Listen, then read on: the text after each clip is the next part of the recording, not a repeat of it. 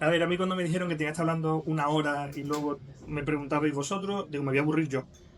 Yo hablando una hora me aburro yo solo. Entonces, lo que yo pretendo en esta charla es que hablemos, que discutamos, que compartamos experiencias, si tenéis dudas, falsos mitos, cualquier duda que os surja, aunque no tenga que ver con lo que estoy hablando, si en ese momento se os ocurre, me cortáis. A ver, yo soy neurobiólogo, me presento un poquito, yo soy neurobiólogo y me doctoré en la Facultad de Medicina. Todo aquí en la Universidad de Málaga. Me licencié en biología. Es que ¿se me escucha de atrás o no? ¿Se me escucha? Sí, sí se me escucha. Me licencié en neurobiología, me doctoré en medicina aquí todo en la Universidad de Málaga. Yo soy de aquí, soy de mi hija pueblo. Y durante mi doctorado me centré en el estudio de la memoria. El estudio de la memoria. En ese periodo de mi doctorado descubrimos una proteína que se llama RGS14. Prometo que no voy a hacer la charla técnica y aburrida, pero para situaros un poco, eh, la proteína RGS14, que es una proteína humana, y descubrimos que cuando la poníamos en un sitio concreto del cerebro, aumentaba la memoria de la rata miles de veces.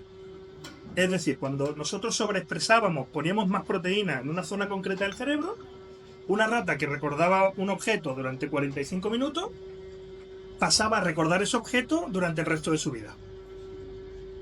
Luego, además descubrimos que esa zona concreta del cerebro, por eso estamos hablando aquí ante el petit comité de que todo va avanzando, de que te tienes que... ¿Cómo? En la capa 6 de la corteza visual secundaria. Suena así como muy largo, por eso he dicho en una zona del cerebro. en V2, en la capa 6 de V2. Que es una zona que originalmente se consideraba que era una zona de percepción. Como está asociada a la corteza visual secundaria, pues se consideraba que era una zona de percepción. Y nosotros demostramos que era una zona de procesamiento de la información. ¿Cómo lo hicimos? Pues porque cuando aumentábamos esa proteína en esa zona, la rata aumentaba la memoria miles de veces.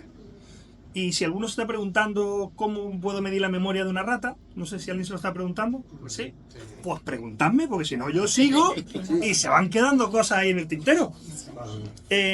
Lo que hacíamos para medir memoria de objetos, en este caso, introducíamos a una rata, siempre se le trata con el mayor respeto y el mayor cuidado, eso es la primera regla, que el animal sufra lo menos posible, incluyendo que se estrese lo menos posible.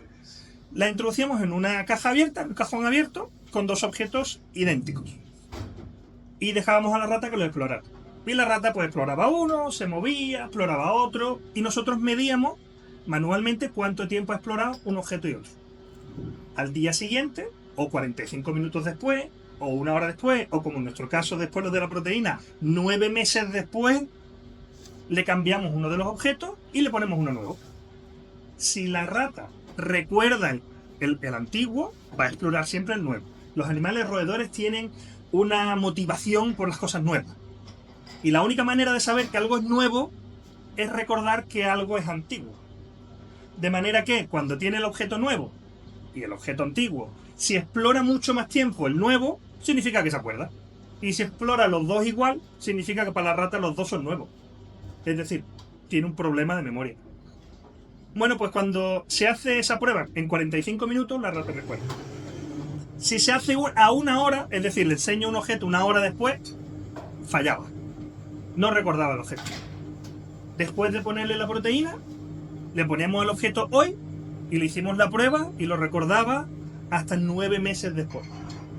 De hecho, eso demostraba además no solo que la proteína era importante para la memoria, sino que esa zona del cerebro era muy importante para la memoria. Y fue lo que provocó que tuvieran que reescribir algunos libros porque ya no era zona de percepción, era zona de procesamiento.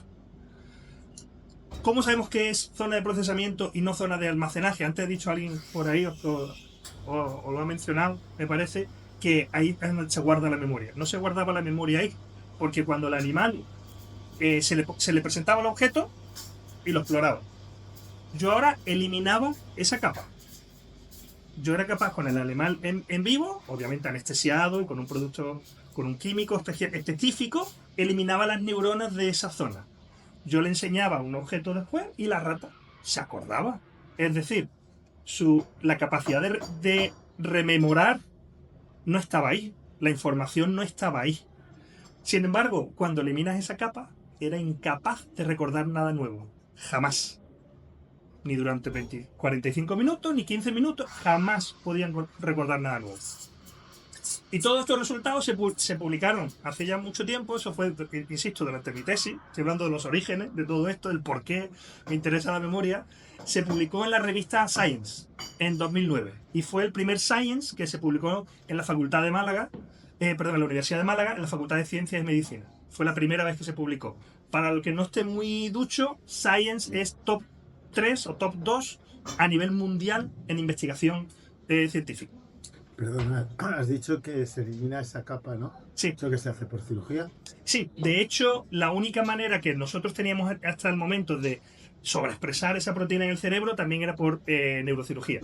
Se dormía al animal y con un aparato que se llama estereotásico, que se coloca ahí al animal y se le mide unas coordenadas en el cerebro, se le introduce con una cánula, algo parecido a un virus, pero no es un virus. Es algo que lleva el DNA de la proteína, con lo cual esa proteína la sobreexpresa de manera natural el animal. Y es una proteína humana. Y más recientemente, en los últimos años... Perdón, creo que es importante mencionar que gracias a tu descubrimiento cambiaron mucho. Sí, lo he mencionado. Lo he mencionado. Que bueno, como mencionan aquí, que el paradigma cambió. La zona de procesamiento es diferente. La zona de percepción no es solo eso. Es decir, el paradigma cambió. Y cuando os mencionaba que es uno de los top 2, top 3 a nivel mundial, no es para ponerme una medallita, es para que os hagáis una idea de la repercusión que eso tiene. Tuvieron que cambiar y reescribir muchas cosas. Más recientemente, en los últimos años, hemos utilizado esa misma proteína en el laboratorio del Dr. Zafar Khan, que fue donde yo hice mi tesis originalmente. Hemos seguido colaborando y esa proteína se ha implantado en ratones con Alzheimer, porque sí, se le puede dar Alzheimer a un ratón mediante mutaciones genéticas, y esta proteína fue capaz de revertir los problemas de Alzheimer de esos ratones, y no solo eso, sino prevenirlos. Son ratones con una mutación que a cierta edad, que solía estar entre los 4 o 5 meses, empezaban a desarrollar cierto tipo de déficit cognitivo asociado al Alzheimer.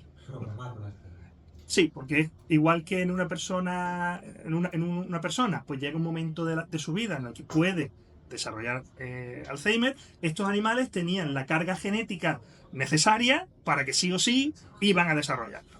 Bueno, pues esta proteína fue capaz de prevenir la aparición de esos problemas de memoria relacionados con estos fenotipos, en estos ratones de Alzheimer. Con monos fuimos un pasito más allá y con monos hicimos lesiones en diferentes áreas del cerebro, provocando un déficit, un fallo en la memoria de objetos y demás.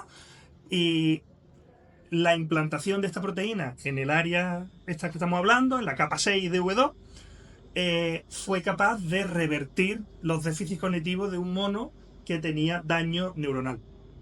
Y además, pues ya que teníamos la proteína y teníamos este modelo, utilizamos este modelo para prevenir el déficit cognitivo que viene asociado al envejecimiento. Es decir, cogimos ratas y las dejamos que se hicieran mayores, muy mayores. La vida media de una rata es como la de un ratón, son 2 años, 2 años y medio aproximadamente. Bueno, pues a partir de los 18 meses de vida, una rata empieza a tener, empieza a declinar su memoria, empieza a tener... Pues, estaba en la biblioteca. Pues, te han mandado hasta arriba de la biblioteca. Pues, por favor, únase a nosotros. Allí puedo estar, en torno a los 18 meses de vida, una rata empieza a desarrollar un decaimiento en su memoria, empieza a tener un déficit cognitivo importante. Bueno, pues cuando a esta rata de joven se le ponía esta proteína, llegaba a los 18 meses, y los 20, y los 22, y los 24, y se moría de vieja, y no tenía problemas de memoria. Y eso fue la línea de investigación que yo estaba llevando en la Universidad de Málaga. Luego me doctoré, me fui a la Universidad de California a Los Ángeles, en Estados Unidos, y pasé los últimos 12 años haciendo estudios de memoria relacionados con neuropatologías del neurodesarrollo, como es el autismo. Porque el autismo, luego lo vamos a ver durante la charla, no es solo un problema de interacción social, también tienen otro tipo de problemas, incluyendo la memoria. Al igual que, por ejemplo, condiciones como la hiperactividad, el TDAH. También tienen problemas de memoria. ¿Y por qué tienen problemas de memoria? Porque les falla una de las 3 características o de los pasos que hay que seguir con la memoria. ¿Dudas cualquier cosa? Me interrumpí, por favor. No, es interesante. Lo importante de la memoria es que cada uno tiene la suya. Y suena una perogrullado. Pero 2 personas pueden vivir el mismo evento, estar expuestas a los mismos estímulos y tener dos recuerdos totalmente diferentes. ¿Cómo? La memoria es subjetiva. La memoria es subjetiva, porque la memoria depende de tus emociones. Yo os voy a tutear a todos, ¿vale? Si os parece bien. ¿Cuál es tu nombre?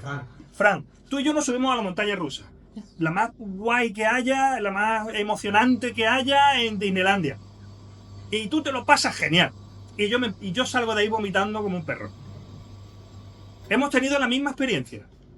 Nos hemos subido a una montaña rusa fantástica. ¿Cómo crees que yo voy a recordar la montaña rusa y cómo la vas a recordar tú? No vas a repetir el mismo. Porque me voy a acordar de eso. La memoria es algo dinámico.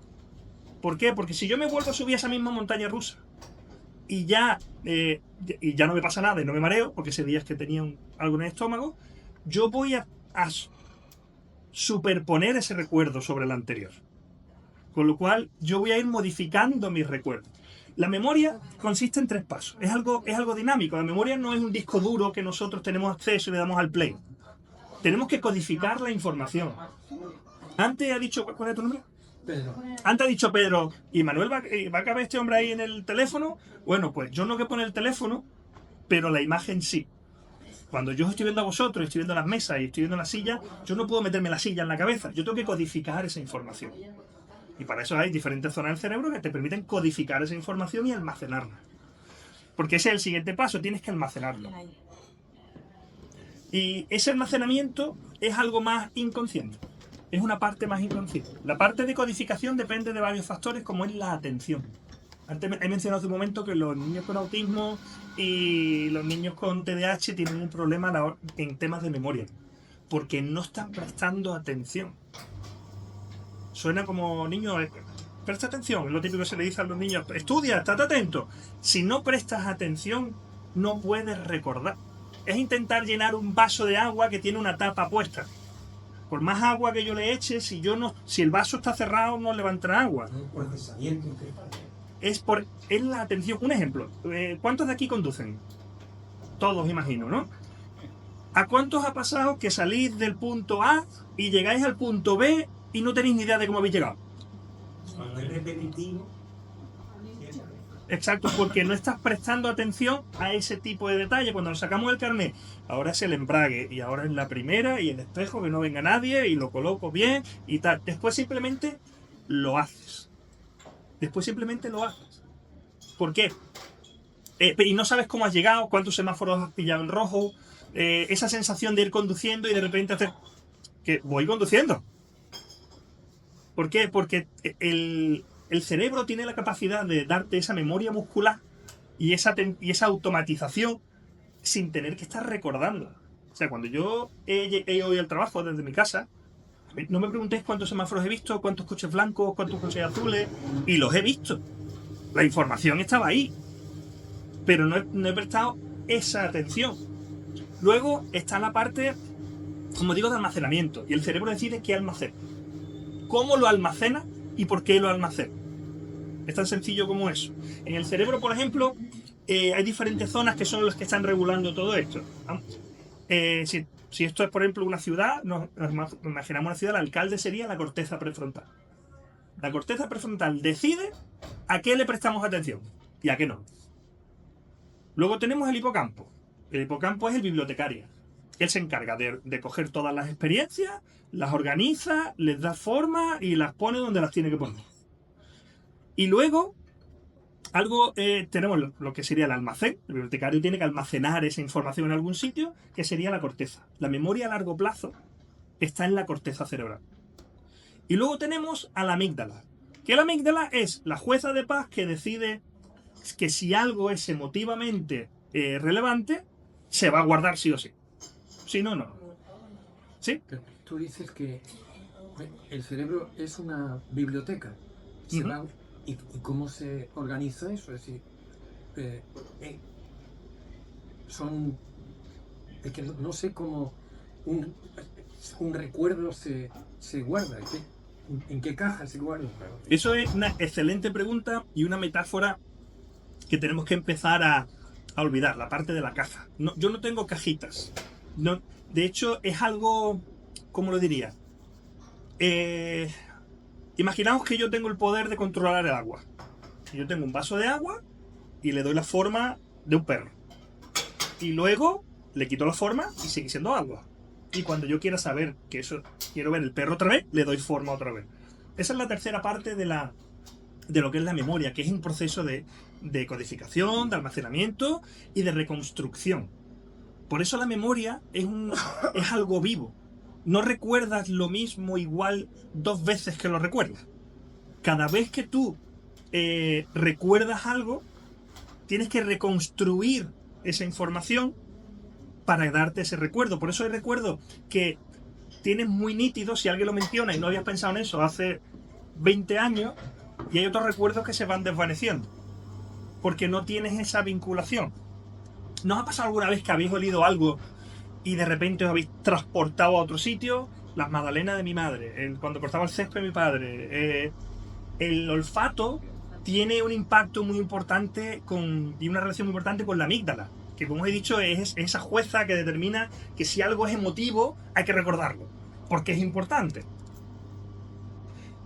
Si vosotros tuvierais que elegir un recuerdo, de toda vuestra vida, para no olvidarlo nunca más, ¿cuál sería? ¿Alguien quiere compartirlo? La muerte de mi madre, por ejemplo. De tu madre. ¿Querrías recordar eso? No, pero siempre la siento como muy cerca. Entonces no estás recordando la muerte de tu mamá, estás recordando cuando tu mamá estaba viva. Claro, sí, sí. ¿Alguien más quiere compartir un recuerdo que no querría olvidar jamás? En tu caso, Pedro, sería a tu madre.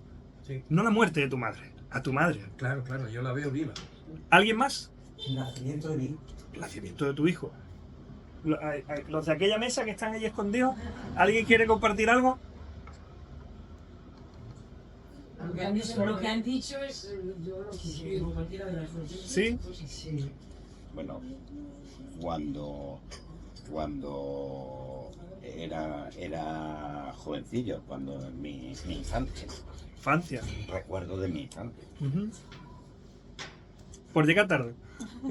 Algo que yo no quiero olvidar. Algo, si tuvieras que elegir un recuerdo de toda tu vida, ¿cuál es tu nombre? Mi infancia. Conchi. Conchi, un recuerdo de toda tu vida, Conchi, que no quisieras olvidar. Nunca. Pues mira, los aprendizajes que he tenido, no quisiera olvidarlos. ¿Os dais cuenta de que estamos hablando de la mamá, de vivencia, Infancia. de infancia, de hijos? Son todos recuerdos emotivos. O sea, jamás, cuando he hecho esta pregunta en otras charlas, alguien me ha dicho el pin del teléfono, para que no se me olvide nunca. No, nadie. Siempre es un lugar, siempre es alguien, un momento emotivo, un ser querido, porque la amígdala determina qué es importante y qué no. Y lo que es importante es lo que es relevante emocionalmente. Desafortunadamente, la amígdala también juega malas pasadas, y cuando es emocional, pero es algo malo, también te lo graba a fuego. Por ejemplo, los trastornos posguerra, como yo digo, que tienen los militares, estos trastornos que tienen, el postraumático, no se les borra. ¿Por qué? Porque emocionalmente fueron hechos tan dolorosos, pero emocionales, que no se les permite borrarlo. El cerebro no lo permite borrarlo. Yo creo que el cerebro también tiene un mecanismo de defensa que intenta olvidar las cosas peores y reforzar los buenos momentos, ¿no? Efectivamente. Desafortunadamente no siempre ocurre. Ya. Ha habido casos de niños que han sido abusados de pequeños y no lo recuerdan de adultos. Y son esos niños que no recuerdan su infancia. No significa que si no recuerdas tu infancia hayas tenido algún tipo de trauma, pero es una manera de que el cerebro tiene de protegerte. Enmascara pues esos recuerdos, porque son malos, no los puedo borrar, pero los voy a tapar. Sin embargo, luego hay un olor, un nombre, un lugar, un sonido que es capaz de despertar esos recuerdos. No es que estemos hipnotizados ni nada de eso, pero el cerebro intenta, como han dicho aquí, autoprotegerse. Cuando es un recuerdo tan malo, intentas evadirlo. Pero hay veces que no puedes. Dime. ¿Y por qué yo no encuentro la llave que la he dejado 10 minutos? ¿Dónde he puesto la llave? Eso me vais a ayudar. Lo vamos a hacer con una cosa ahora. Os voy a decir unos números, ¿vale? No vamos a jugar al bingo ni nada, pero os voy a decir unos números y a ver si sois capaces de recordar. No vale apuntarlo, ¿vale? A ver. 8, 2, 4, 9, 1, 7, 5. A ver, ¿quién ha dicho puff por ahí? ¿Cómo te llamas? Luisa. Luisa, ¿cuántos números recuerdas?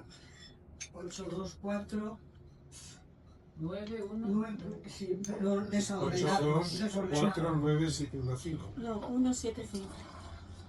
Pues, 8. ¿cuál es tu nombre? Miguel Ángel. Miguel Ángel tiene una memoria a corto plazo magnífica, porque se ha acordado de toda la lista. Otros recordarán los últimos números, otros recordarán los primeros, otros algún número que le resulte especialmente relevante. Pero también depende del momento, ¿no? Que te coge. El estrés es muy mal compañero para todo, incluyendo para la memoria. Porque el estrés evita que tú seas capaz de tener la capacidad de almacenar y codificar esos datos. De almacenar o de procesar. Tienes que codificarlos, es decir, tienes que estar bien atento y el estrés te baja, te quita la atención, con lo cual esa información no entra. Y luego tienes que ser capaz de procesar esa información, como he dicho, para codificarlo. Cuando hablo de codificar es coger una información y ser capaz de moldearla para que sea capaz de almacenarse en el cerebro. Oye, una pregunta. Dígame. Conforme nos vamos haciendo añosos, es cuando Maduros interesantes. Sí, muchas gracias. Es cuando empezamos a detectar faltas de memoria importantes. Correcto. ¿Puede haber alguna relación, o si puede tener que ver con que nuestra capacidad, la capacidad de nuestro cerebro, tiene sus limitaciones? ¿No puede ser que estemos llegando ya a colmar demasiado el vaso? ¿Puede haber alguna relación? Vamos a... Antes de responder a eso, quiero tirar un poquito más. Cuando dices limitación, ¿a qué te refieres? A ver, todo lo procesamos aquí. Entonces, almacenamos. Acabamos almacenando. Pues esto es como un recipiente. Empiezas a almacenar, y llega un momento en que ya no cabe más. Y para hay eso... demasiada información y a lo mejor ya no tenemos otros elementos para poder buscar esa información porque estamos llegando ya a un tope de nuestras posibilidades. Es como físicamente, con 18 años te echas a nadar y estás nadando una hora. Y ahora te echas a nadar y aunque más o menos hagas ejercicio físico, ya no puedes. Es decir, estamos muy limitados en todo. No diría que hay un tope como tal, porque para evitar ese tope, como parte de la memoria, hay un proceso que es importantísimo, que es olvidar. Olvidar es importantísimo, no solo porque nos vayamos a llenar un tope, como hemos dicho antes, de tengo una caja, voy metiendo información y se llena, sino que el cerebro tiene que decidir qué información es importante y cuál no, cuál es relevante y cuál no. Y la que no es, se elimina. Ya, perdona, pero de alguna manera eso está dando lugar a una limitación. Puede dar lugar a una limitación. Por eso de capacidad de guardar esas informaciones. Por eso es importante que hagáis lo que estáis haciendo, por ejemplo, aquí hoy. Seguir manteniendo vuestra mente activa. En términos de capacidad, como has mencionado varias veces esa palabra, en términos de capacidad, un cerebro... Yo te voy a cambiar la palabra capacidad por plasticidad.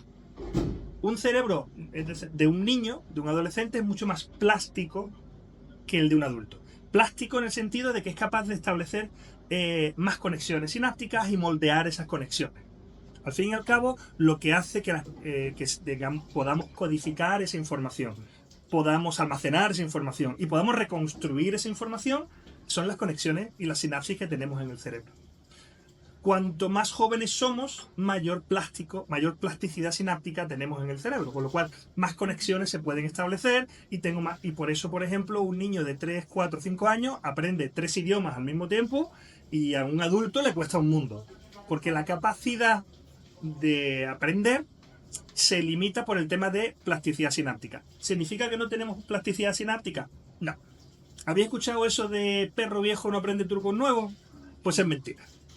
Siempre se puede aprender. No a la velocidad que yo nadaba cuando tenía 18 años, pues ahora me cuesta más. Pero yo puedo seguir nadando. No. ¿Significa que he agotado ya todos mis recursos? No, significa que mis recursos se están reorganizando. Y al principio tenía un montón de energía, una plasticidad sináptica, que cualquier cosa que escuchaba de refilón, ¡pum!, conexión, no se me olvida. Y me iba a la escuela y escuchaba la clase, ¡pum!, conexión, no se me olvida. Y ahora esa plasticidad no va tan rápida. Ahora es necesario repetir más, que es otro elemento que es necesario, por ejemplo, para aprender, para memorizar. No es solo prestar atención, que es lo más importante, sino también es la repetición. La repetición forma parte del proceso de aprendizaje.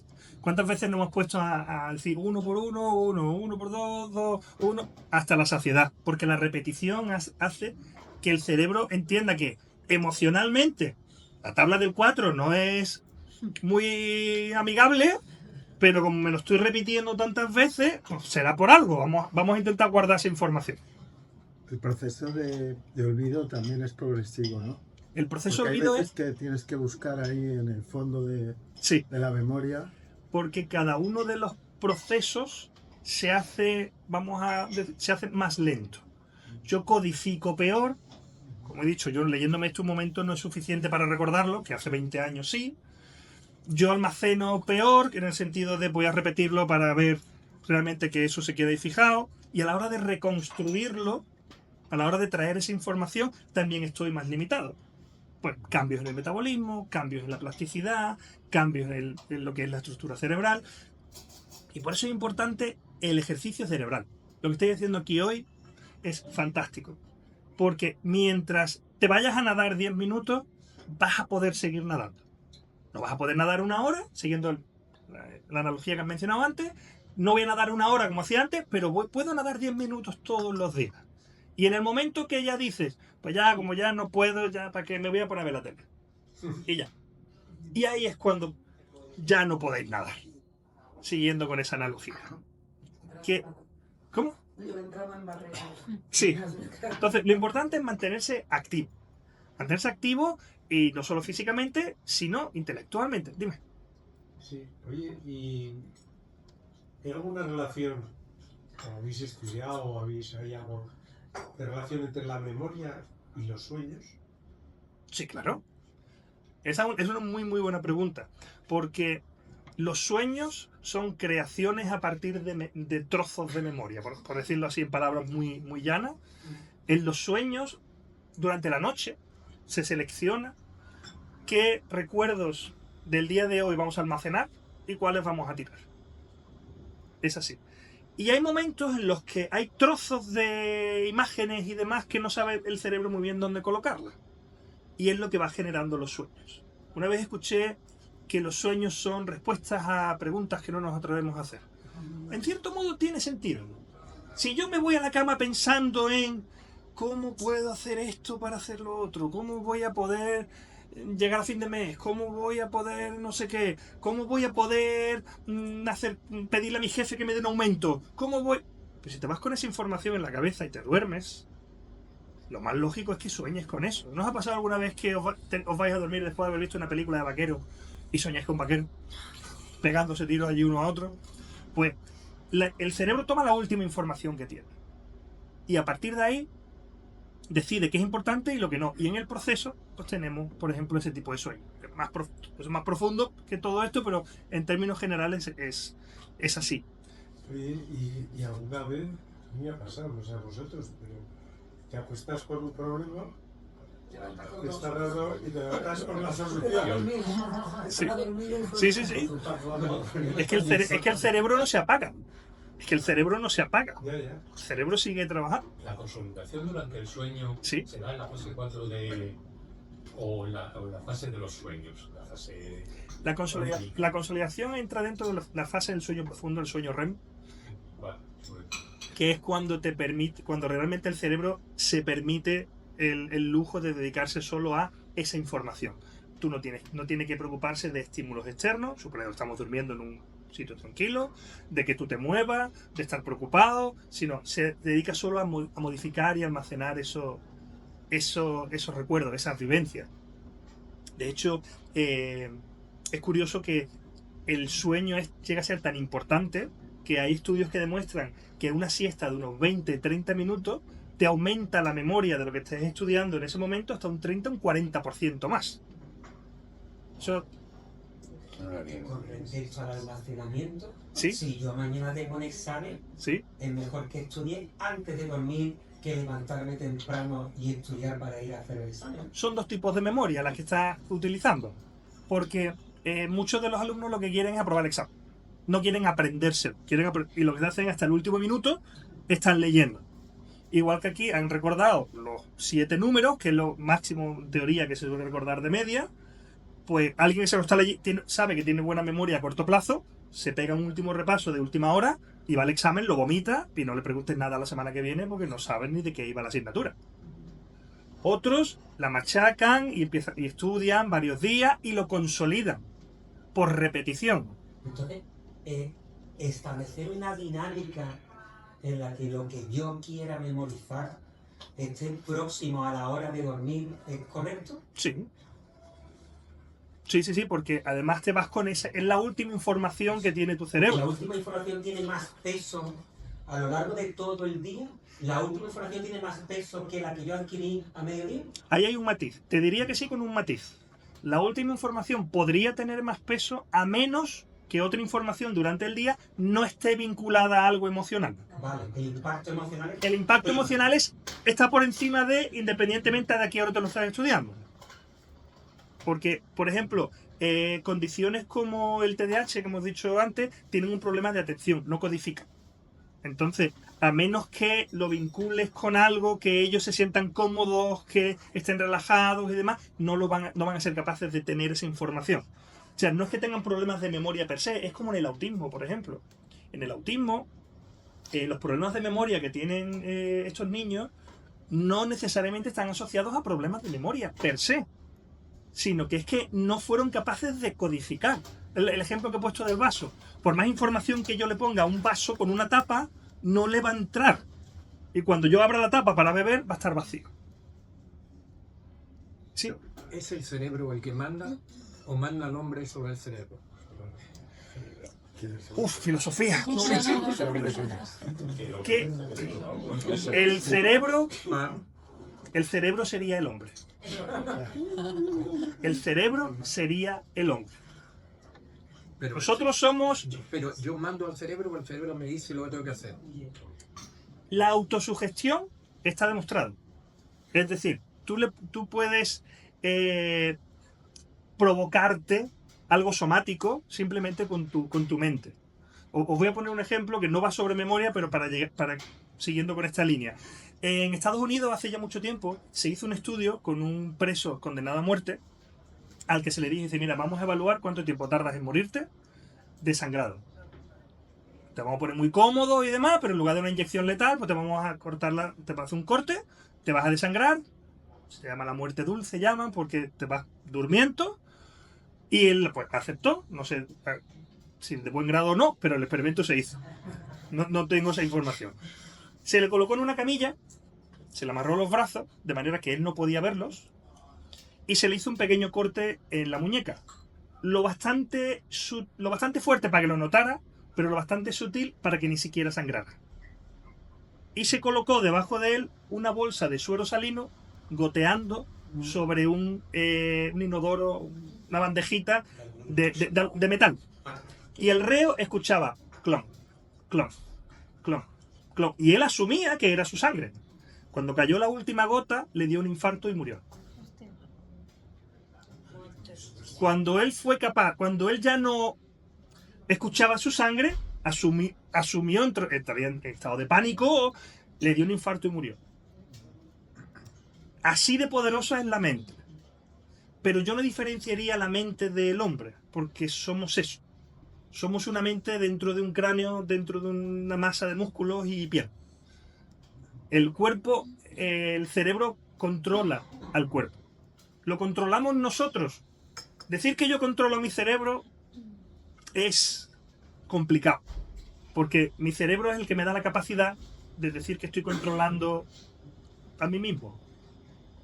En todo caso, sería decir que una parte del cerebro controla el resto, ¿no? El yo es una parte, no es así, ¿no? Pero es una parte Sí, del cerebro. te entiendo. No tenemos un alma apartada fuera del cerebro que controla el cerebro. Lo que estamos sintiendo, lo que recordamos, lo que pensamos que somos, pues eso está en el cerebro. Yo tengo una pregunta técnica. Si haces la analogía entre un ordenador y el cerebro, Sí. en un ordenador tienes una memoria RAM, digamos, Ujú. que Finita. va rápida, que cuando apagas el ordenador se borra todo. Ujú. Luego tienes la memoria en el disco, Ajá. incluso puedes tener una memoria en un CD, ¿no? Sí. Entonces, también hay distintas maneras de almacenar en el cerebro. Como hemos dicho antes, no se almacena información no en el cerebro como tal. No cojo una cajita, la saco, le doy al play y revivo esa experiencia. Yo cada vez que revivo un evento, yo lo reconstruyo y lo puedo ir modificando. Y mientras lo reconstruyo, cada uno de vosotros tiene un impacto en cómo yo recuerdo eso, aunque vosotros no hubierais estado allí. No sé si os suena el efecto Mandela. El efecto Mandela consiste en que todo el mundo recuerda algo que nunca pasó. Todo el mundo recuerda que Mandela murió en el 90 y tantos. Y sin embargo, en 2012 salió una noticia en el New York Times de que Mandela acababa de morir. Pero todo el mundo recordaba que había muerto en el 98, creo que fue, o en el 93. Es decir, en masa ocurrió lo que por eso se llama el efecto Mandela. En masa ocurrió ese tipo de efecto. Por ejemplo, otro ejemplo que ponen que es que aquí imagino que todos habéis jugado al Monopoly, ¿verdad? ¿Recordáis el muñequito del Monopoly que iba corriendo? ¿Recordáis el monóculo que llevaba? Pues no lleva monóculo. No lleva monóculo. Si buscáis el simbolito, cogéis una caja de Monopoly, tiene un sombrero, pero no lleva monóculo. Y todo el mundo recuerda que el muñequito siempre lleva monóculo. Es una trampa que le has echado, Pero si el ejemplo es el... Pero ese es el ejemplo de efecto Mandela, de que todo el mundo recuerda algo Que no es cierto. y en realidad no ocurrió. Pero yo te preguntaba Sí. si hay distintas maneras de almacenar en el cerebro. La información no O es siempre igual. es la misma. No es siempre la misma porque depende del tipo de información. En función de la información que yo tenga que codificar, la voy a codificar en diferentes zonas de mi cerebro. Un ejemplo, y para terminar con esto. Hubo un caso de un individuo al que tuvieron que operar del cerebro por temas de epilepsia, tuvieron que extirparle ciertas zonas del cerebro y era capaz de tener una conversación contigo, pero salías por la puerta, entrabas y no sabías quién eras.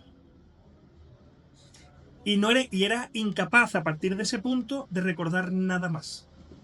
Sin embargo, era capaz de recordar, de aprender y recordar actividades mecánicas. Como atornillar, desatornillar algo, como montar y desmontar algo. Eso era capaz de aprenderlo. Pero él no era consciente de que lo recordaba. Es decir, tenía el momento de aprendizaje, eso se guardaba, pero no era consciente de que lo tenía. Digamos que iba conduciendo en automático, como conducíamos nosotros. Entonces, diferentes tipos de memoria se van a guardar con mayor o menor prioridad en función de la vinculación emocional que se tenga y se van a procesar en diferentes zonas del cerebro. Sin entrar en mucho tecnicismo, la memoria espacial está vinculada a que se procesa en la parte CA1 del hipocampo, la parte dorsal. La memoria social está más vinculada a la parte ventral del CA1 y al CA2. La parte más emocional está vinculada a la amígdala. La parte de reconocimiento de objetos está más relacionada con el procesamiento en la corteza. También hay una memoria visual, una memoria olfativa, ¿no? Exacto. Ujú. Y nosotros cuando generamos un recuerdo, lo generamos con información tanto visual como olfativa, como auditiva. Por eso, por ejemplo, la mejor manera de estudiar que hay es leerlo para poder escucharlo y al mismo tiempo lo estás viendo y escribirlo. Sí, te quería preguntar. Sí. Y de lo que estamos preguntando sobre qué me gustaría recordar, si quieres que recordar solo una cosa. Sí. Yo estaba comiendo y no podía partir. Ah. Aún así, yo estaba pensando en ese momento nada sentimental. Yo estaba pensando, a mí me gustaría recordar el hilo argumental donde se encajan varios recuerdos que me dicen que soy yo.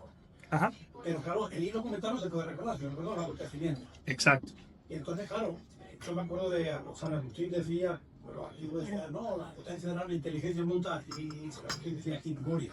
Sí. Porque llegamos hasta donde somos lo que llega a nuestra memoria, si no acordamos de quién somos, nuestra experiencia, no somos nada. Es decir, no tenemos identidad en ese momento, por lo menos reconstruida en la memoria. Es muy a lo que pasa.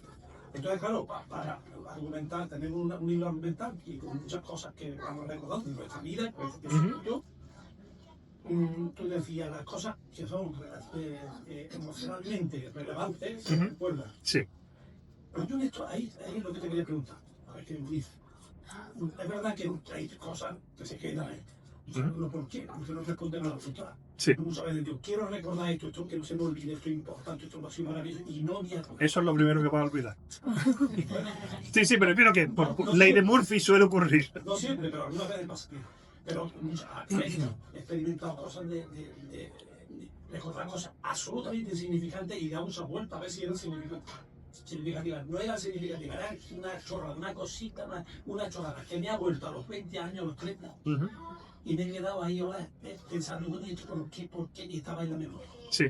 ¿Por qué se recuerdan cosas que no son relevantes sentimentalmente de pronto y están ahí? Y alguna vez con una clave, de pronto, sale la clave y sale el pecado. Pues, Y lo recuerda. Esto era interesante, ni era significativo, ni tenía eso. pues mira, ¿Por qué no responde a la voluntad? bueno, el hecho de que es lo que se almacena y lo que no es totalmente involuntario. Es lo que he mencionado antes. Es involuntario. La parte de almacenamiento es involuntaria y va asociado y vinculado a la parte emocional principalmente. ¿Significa que solo lo emocional? No, pero es principalmente. Y siguiendo con ese hilo argumental, puede que esa pequeña cosa insignificante, esa pequeña cosa que hoy te parece insignificante, en su momento no lo fuera. Y en su momento ocurriera en un momento o en un lugar o en una circunstancia que sí eran relevantes para ti. Por ejemplo, yo hoy lo estoy pasando aquí muy bien con todos vosotros. Y yo emocionalmente me gusta estar discutiendo este tipo de temas. Y a lo mejor algo que no es relevante emocionalmente es el ruido de la batidora. Pero puede que dentro de un tiempo, cuando yo escuche una batidora que no es relevante para esta charla, me acuerde de vosotros y de nuestra conversación. Y esos pequeños detalles, que ahora son totalmente insignificantes, pueden formar parte de una foto más grande. Un sitio que era especial para ti, o estabas con gente que era especial para ti, o significaba algo más. Y se ha borrado, lo que quiere decir que se ha borrado la conexión con lo importante, lo significante. Exacto. No tiene por qué ser así, pero sería una posible explicación.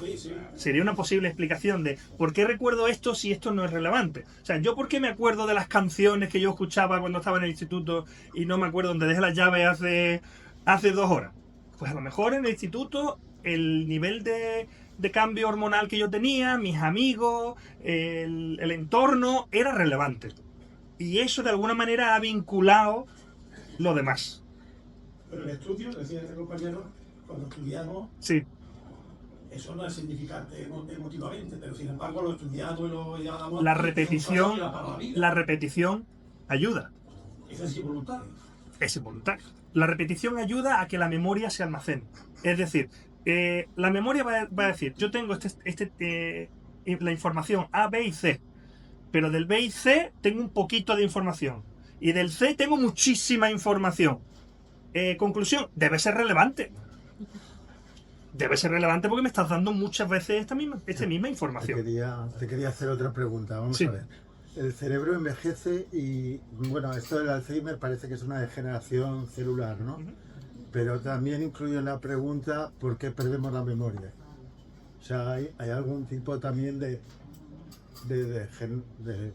pérdida No hay... de funcionalidad. Sí, no hay cajitas donde está almacenada la memoria, pero hay circuitos que tienen que estar intactos para que yo pueda reconstruir esa memoria. De manera que en el Alzheimer, por ejemplo, la primera zona del cerebro que se empieza a dañar es el hipocampo. Y se empieza a generar un ambiente tóxico en esa zona. Empiezan a morir neuronas, se empiezan a producir ovillos neurofibrilares, placas de beta-amiloide. Está generando un ambiente tóxico. Y ese ambiente tóxico provoca que se mueran más neuronas. Y como se mueren más neuronas, ¿veis por dónde va? Si yo estoy afectando a esas conexiones, antes hablábamos de un ordenador. Si yo le empiezo a cortar cables a un ordenador, pues en algún momento va a dejar de funcionar. Porque necesita que la información pase por aquí y por aquí y por aquí, que sea capaz de reconstruir a partir de información auditiva, información visual, información espacial, de dónde estaba, de cómo estaba, para construir ese recuerdo. Por eso hay veces que recuerdas a alguien y recuerdas cómo olía o cómo se escuchaba y no recuerdas la cara. La proteína de la que hablaba ayudaba al ratón a reconstruir. La RGS-14 lo que le permitía era seguir generando nuevos recuerdos. Y que lo que ya tenía quedaran, entre comillas, blindado. Esa proteína lo que hacía en los ratones con Alzheimer, por ejemplo, era evitar... ¿Cómo lo digo? Más sencillo, yo no le quitaba la gripe. Mi ratón tenía la gripe, estamos haciendo una analogía, tenía la gripe, pero no tenía mocos y no estornudaba y no tenía fiebre. Es decir, en algún momento la patología seguramente superará. Esto es totalmente especulativo, pero en algún momento esa toxicidad llegaría a superar y necesitaría otro tipo de tratamiento. Hasta donde nosotros teníamos con nuestros resultados es que retrasaba la aparición de Alzheimer, que en lugar de aparecer a los 4 meses no llegaba a aparecer, y en aquellos que aparecía vamos a decirlo así, le reforzaba las neuronas que quedaban para que hicieran el trabajo sin que estuvieran las otras. Imaginaros que yo tengo 10 personas que me hacen un muro en un día. Y ahora 5 personas se van. Bueno, pues esta proteína, insisto, estamos haciendo una metáfora, esta proteína hace que las 5 que queden trabajen el doble. Y como trabajan el doble, yo al final del día tengo un muro. ¿Significa que he quitado el Alzheimer? No. Significa que he ayudado a que el problema a nivel de memoria que tienen estos animales desaparezca o no aparezca. Sí. ¿Hasta qué punto es tan necesario el olvido con la memoria? ¿Hasta qué punto, si metemos más, por lo que quiero decir, para recordar mucho, sí, no volvernos unos obsesivos? Todo el mundo sabe lo que es una obsesión, no poder olvidar. Sí. Una cosa, está hasta las narices de recordar aquello o aquella situación. Entonces quieres olvidar, sí, no puedes. Entonces, si tú le metes esa proteína a nosotros mismos, podemos convertirnos en obsesivos patológicos, ¿no? O sea, estar siempre pensando, recordando el mismo. Olvidar forma parte de la memoria. Eso es lo que digo. Y lo que está haciendo esta proteína es que está permitiendo que se sigan estableciéndose esas conexiones para poder recordar. Pero no puede olvidar. Ese tipo de memoria al menos no fue capaz de olvidar. Que luego eso puede... Por eso este trabajo se ha hecho en ratas y se ha hecho con monos y demás. La investigación básica va así. Trabajamos con modelos animales cada vez más cercanos al humano y cada vez harán falta más estudios para determinar, por ejemplo, cosas de ese tipo. ¿Qué pasa si yo al animal no le dejo olvidar? Entonces, pues eso puede tener una serie de repercusiones. Pero todo iría en función, pues yo diría de la dosis. Vamos a decirlo así, de la dosis. Yo me tomo 600 miligramos de ibuprofeno, me quita el dolor de cabeza. Me tomo 4 miligramos de ibuprofeno, me da una úlcera y me revienta el estómago. Entonces, habría que jugar un poco con eso. Dígame. No sé si es el sitio o no. ¿Puedes explicar un poquito cómo esa proteína a nivel molecular actúa sobre las neuronas o las conexiones neuronales. Bueno, es un poco técnico, no quiero aburrirlo mucho con esto, pero está... Solamente un poquito. Ya sé que Esa soy biólogo y me gustaría conocer. actuaba a través de la proteína BDNF y establecía nuevas conexiones neuronales mediante la generación de nuevas espinas dendríticas. De manera que lo que estaba favoreciendo era una mayor conectividad. Así hablando en términos más general. Y eso favorecía este tipo de fenotipo, que es el poder recordar. Otra vez. Sí. No sé si eso te Sí, ayuda. bueno, tampoco es el sitio adecuado para profundidad, Vale. a nivel molecular, cómo actúa. Pero, vale, Gracias. simplemente que produce más tipo de conexiones, Sí. Más conexiones y más estables. A lo que estamos ya empezando a chosear, ¿nos podríais decir alguna cosa práctica para la memoria? No para ser obsesivo, que yo digo Sí. una condena, sino para mejorarlo un poquito la memoria. Sí, Ejercitar la memoria. Que los cafés conciencia sean todos los meses de la Tomo nota. Ejercitar la memoria. Ejercitar la memoria no es ponerte a recordar la tabla del 7, es que tener un reto. Ponerte a hacer sudokus, ponerte a hacer cálculos, ponerte a leer, ponerte a hacer sopas de letras, algo que fuerza a tu cerebro a aprender. Aprender se aprende a los 20 años, a los 40, a los 60, a los 80, siempre se aprende. Y que te guste, para tener la emoción de hablar. Exacto. Entonces, en el momento en el que nuestro cerebro y la capacidad de nuestro cerebro nos está empezando a molestar de alguna manera, está mostrando ese déficit, lo que tenemos que hacer es forzarlo un poquito más. Esa es la mejor recomendación. Porque a fin de cuentas no somos lo que vivimos. Antes hemos dicho que yo recordaría esto, yo recordaría este hilo argumental, el otro. No somos lo que vivimos, somos lo que recordamos. Antes a fin de cuentas somos lo que recordamos. Antes has hablado de conexiones dendríticas, conexiones entre neuronas. Sí. Entonces cuando tú aprendes algo, o al menos cuando lo automatizas, hay un cambio en tu cerebro, ¿no? Sí, hay cambios a nivel químico y a nivel estructural. Se establecen nuevas conexiones que hacen que una tarea sea, cuando entramos en automático, por ejemplo, para conducir. Yo sé cambiar las marchas y no estoy pensando en que estoy cambiando las marchas. No tengo que recordar cómo cambiar una marcha, simplemente lo hago. ¿En qué momento te acuerdas hoy de una cosa y mañana no te acuerdas de lo que has comido hace un rato? Eso ya depende de este proceso en el que yo recuerdo cosas y olvido cosas, se va acentuando de manera negativa. Es decir, cada vez me cuesta más aprender más cosas porque cada vez necesito una mayor plasticidad sináptica que no tengo. Un ejemplo, por ejemplo, que ocurre con el Alzheimer. En el Alzheimer, ellos recuerdan perfectamente su niñez. Y recuerdan perfectamente lo que vivieron de niños y a su mamá y a su papá y no recuerdan lo que hicieron esta mañana. El Alzheimer funciona de la siguiente manera, antes lo hemos mencionado. Es como si cada recuerdo desde la infancia al momento en el que ya tienes Alzheimer fueran trozos de papel. Cada recuerdo, un papel. Otro recuerdo, otro papel. Y voy poniendo una pila de papeles. Y tengo una columna con todos mis recuerdos desde la infancia hasta hoy. El Alzheimer empieza a borrar desde arriba. Es como un ventilador que va borrando desde arriba. Y va eliminando lo que hiciste hoy, y ayer, y antes de ayer, y la semana pasada. Y por eso enfermos con Alzheimer terminan preguntando por su papá y su mamá. Que dónde están su papá y su mamá. Y no recuerdan, y no reconocen a sus hijos. Y es una condición, igual que el autismo, en el que sufre tanto la persona que lo padece como la familia. Tú imagínate que estás vistiendo a tu papá o a tu mamá y te está pegando, diciendo que tú eres un ladrón, que qué haces aquí, que a veces tienen momentos lúcidos y se dan cuenta de lo que está pasando, por eso también sufren mucho a nivel emocional ellos. ¿Sí? ¿Por qué, sin embargo, recuerdan música, o sea, canciones, o sea, la parte musical de la vida? Sí, digamos, la parte... ¿Qué está en otra parte de nuestro cerebro? ¿O qué decir? ¿Cómo se almacena ese tipo de información en relación con otras más vivenciales?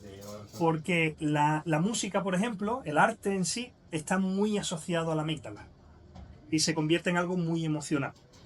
Y personas que no recuerdan nada de sus últimos años de repente escuchan una canción que bailaron en el instituto y empiezan a evocar cierto tipo de recuerdos vinculados con esa canción. Como llevamos diciendo casi toda la charla, todo lo que sea más emocional, el cerebro quiere atesorarlo.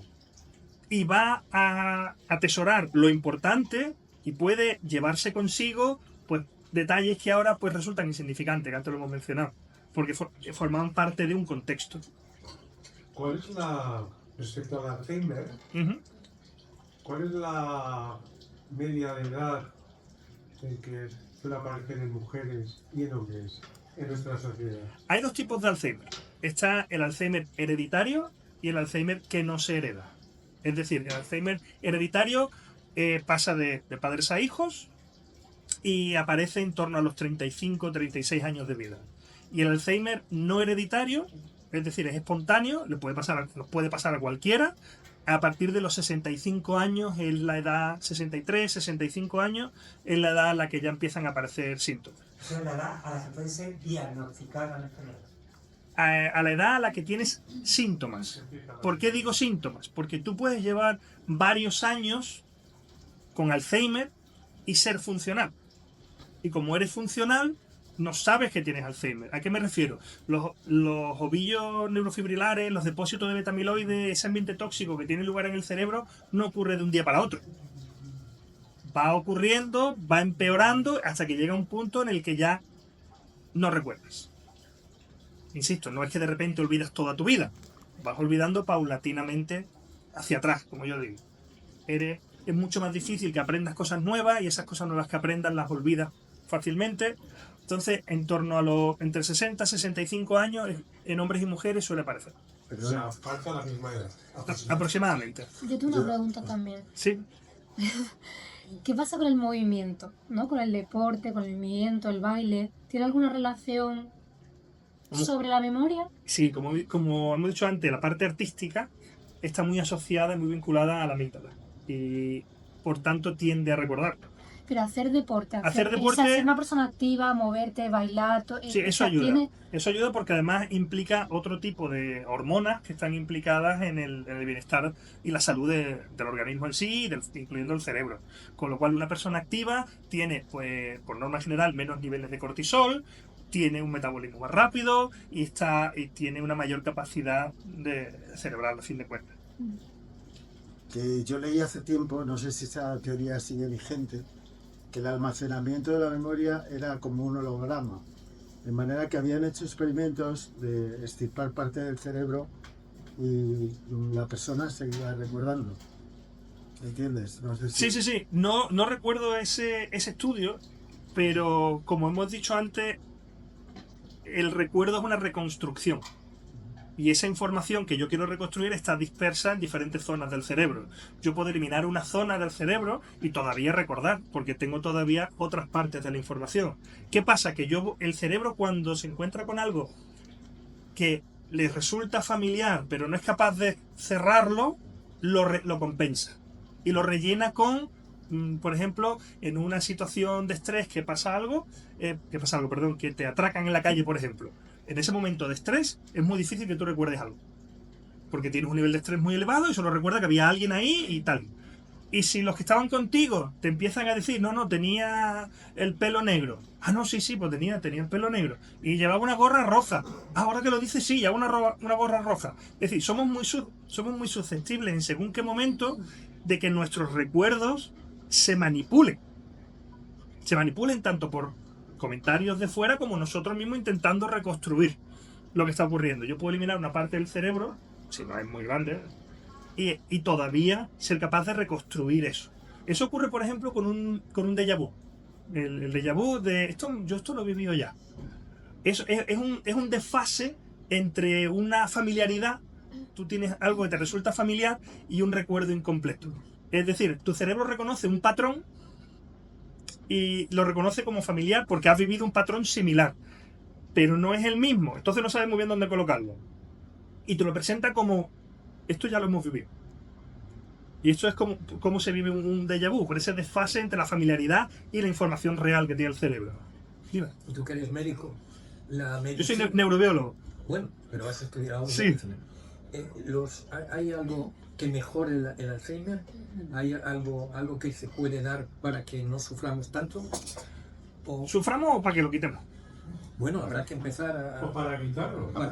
A eso me refiero. O retrasarlo. Hoy en día hay muchos estudios que van en esa dirección y hay algunos fármacos que pretenden ayudar a retrasar la aparición de la enfermedad. A día de hoy no conozco algo que realmente sea 100% efectivo. Pues hay diferentes tipos de tratamientos, hay diferentes tipos de aproximaciones. Hace mucho tiempo se hablaba de las células madres y cómo las células madres en el cerebro podían ayudar. Bueno, pues si el Alzheimer, la idea era, pues si en el Alzheimer tengo muerte neuronal, pues pongo células nuevas. Las células madres son células que se van a convertir en las células que tengan alrededor. Si la pongo en el corazón, es el corazón, si la pongo en el hígado, es hígado, si la pongo en el cerebro, pues son neuronas. Hay más tipos celulares en el cerebro, pero se diferenciarían en neuronas. ¿Qué problema hay con eso? Pues que, como he mencionado antes, en el Alzheimer lo que yo estoy generando es una zona tóxica. Con lo cual, más células que ponga ahí van a estar en un ambiente tóxico y seguramente no vayan a sobrevivir. Entonces, lo que quiero decir con esto es que hay diferentes aproximaciones que se llevan haciendo durante muchos años para intentar ayudar con el tema del Alzheimer. También se ha asociado el Alzheimer a otros factores de riesgo, por ejemplo, la obesidad. Que en población con altos niveles de obesidad, pues hay un mayor riesgo de padecer Alzheimer. Entonces, ¿cómo podría yo prevenir la aparición de Alzheimer en ese tipo de población? Regulando la dieta. Yo regulo la dieta y de esa manera estoy previniendo de alguna manera pretendo prevenir la aparición de Alzheimer. Insisto, cuando ya es una persona de más de 40 años, si te da en torno a los 60, 65. Con lo cual, cuanto más te cuides, cuanto más ejercicio hagas, cuanto más música escuches, cuanto más uséis el cerebro para establecer nuevas conexiones y sigáis aprendiendo y seguís investigando diferentes cosas que queráis hacer, os va a ayudar porque va a prevenir ese tipo de situaciones. ¿Y hay alimentos, sustancias que lo mejor es ni tocarlas? No sé, por ejemplo, el alcohol, fumar, no lo sé. ¿Hay cosas específicas o que contengan dentro de nuestra alimentación algo especial que es mejor evitar? Bueno, una dieta rica en grasa, como estoy diciendo que la obesidad puede estar relacionada, hay estudios que lo demuestran, con el Alzheimer, pues una dieta rica en grasa no es recomendable. El alcohol no es recomendable tampoco. De hecho, había escuchado eso de me emborraché y no me acuerdo de nada. No es que no te acuerdes, es que no llegaste a memorizar. Porque en un momento en el que estás borracho, lo que te falta es atención.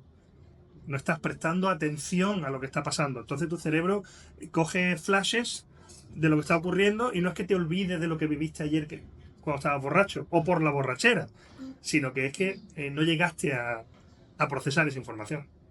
¿Qué proceso tiene la memoria en esto cuando hay mucha gente que predice lo que va a ocurrir? No entiendo la pregunta. Sí, hay mucha gente que dice predice que va a ocurrir un acto. Que va a un terremoto. Un terremoto, por ejemplo. Y eso, ¿cómo lo coge la memoria? Para definirlo primero tenemos que creernos que es verdad. No, hay gente. Pero primero tenemos que creernos. A ver, hay gente. Voy a seguir por ahí, asumiendo que es verdad. Vamos a asumir que es verdad. Ya no sería memoria a menos que ya lo hayas vivido. Pero ¿cómo lo vives? Me refiero, si yo predigo que va a ocurrir algo, sí, yo no estoy usando mi memoria, porque mi memoria depende de un suceso, una información que ya ocurrió. Entonces, a menos que además creamos en los viajes en el tiempo a nivel local, no es la memoria lo que estaría usando. Hay gente que es muy buena con los números. Hay gente que es muy buena prediciendo, pero no prediciendo algo que va a ocurrir seguro, sino viendo qué probabilidades hay.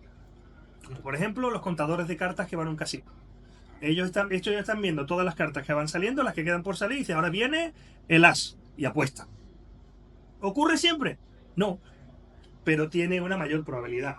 Entonces, esas personas que predicen algo, tal como yo lo veo, son, o como han dicho por aquí, o charlatanes, o personas que tienen la capacidad de analizar un volumen grande de información y ver y evaluar qué probabilidades hay de que ocurra un evento.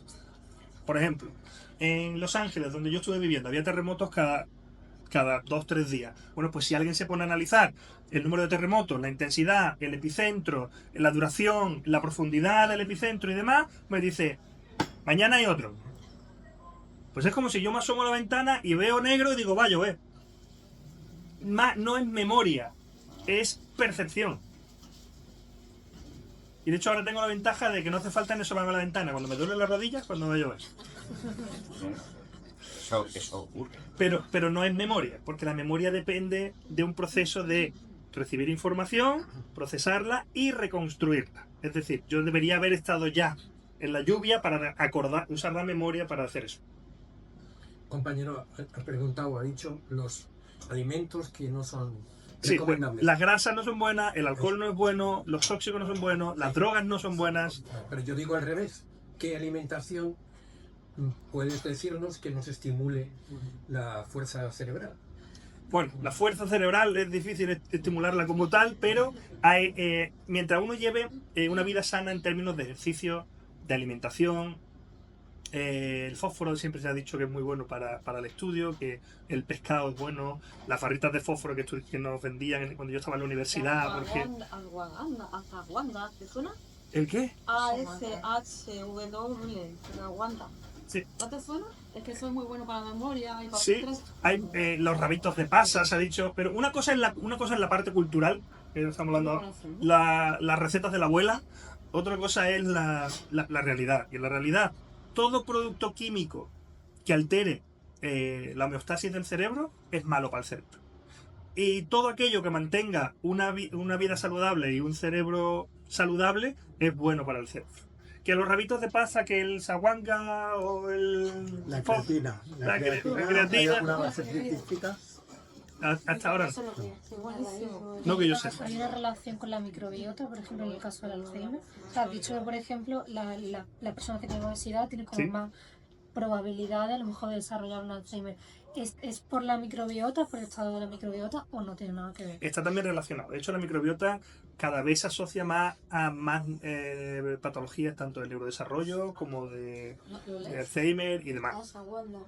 Porque la microbiota que tenemos nosotros en el intestino está viviendo ahí y está produciendo una serie de químicos, está produciendo una serie de activaciones del sistema inmune, y en función de cómo se porte o cuál sea la simbiosis que tienes con ellos, te puede dar lugar a ciertas patologías o no.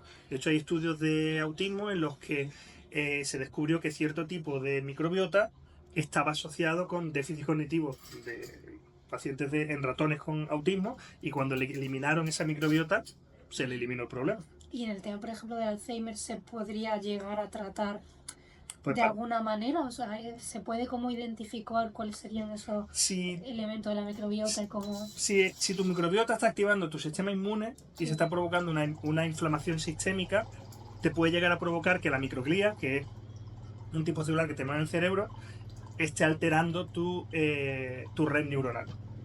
Pero para eso haría falta más estudios y otro tipo de... Te voy a hacer una pregunta un poco rara. No sé si habéis oído hablar de Jodorowsky, de la psicomagia, que puede curar perturbaciones, traumas que tienen por la memoria, ¿no? De un recuerdo que no superan, a muerte de un familiar. Entonces él le hace como una serie de tratamiento psicológico para de alguna manera neutralizar esa... ¿Tratamiento psicológico o psicomágica? Psicomagia. Psicomagia suena a hipnotismo. Y el hipnotismo no es más que autosugestión. Sí, se va a... ¿Significa que no funciona? No estoy diciendo eso.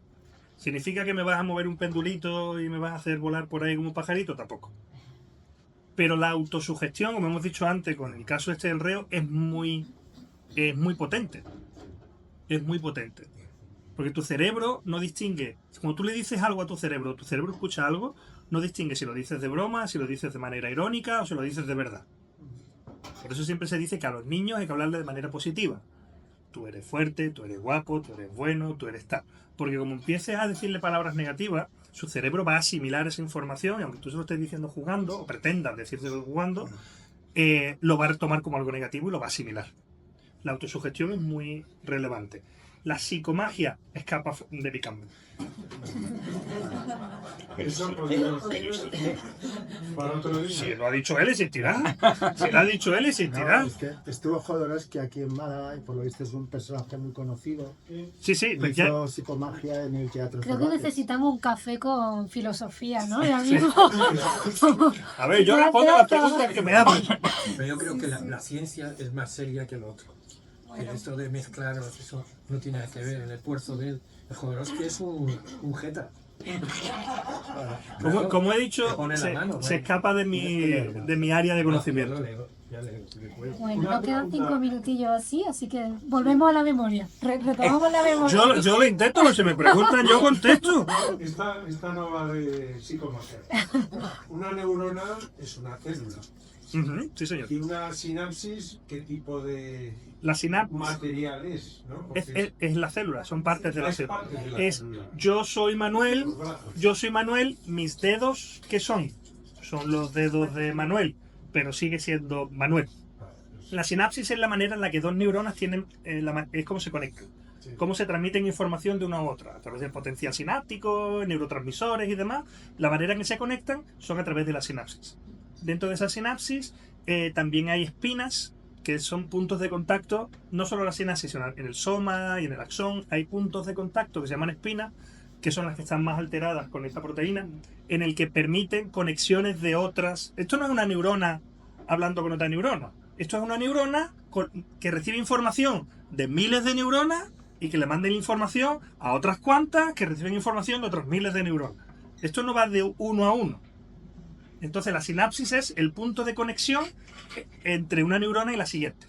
¿Y este proceso que es un proceso químico, eléctrico, mezcla? Es una mezcla. El potencial eléctrico, cuando una neurona recibe la información en su cuerpo, en el soma, genera un potencial local graduado. Eso se mueve al cono axónico, provoca un potencial de acción. Cambia la membrana. Vamos a decirlo así. Cambia el potencial de membrana, hay una alteración eléctrica en la membrana. Eso genera una apertura de canales de sodio y demás y se transmite esa señal eléctrica hasta el final del axón. En el axón, cuando llega esa señal eléctrica, lo que hace es que se abren canales para que entre calcio, las vesículas que están llenas de neurotransmisores, que los neurotransmisores son los mensajeros que llevan la información de una neurona a la siguiente, se liberan, salen fuera, se liberan a la hendidura sináptica, pasan a la siguiente neurona y pasan la información.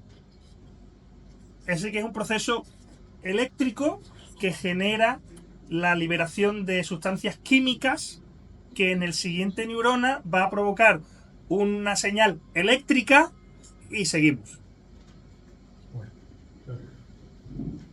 No sé si tenemos más tiempo, ¿no? Estamos terminando. Si quieres tú cerrar así no sé, alguna preguntilla más. Pues tenía más juegos de estos para hacer, pero...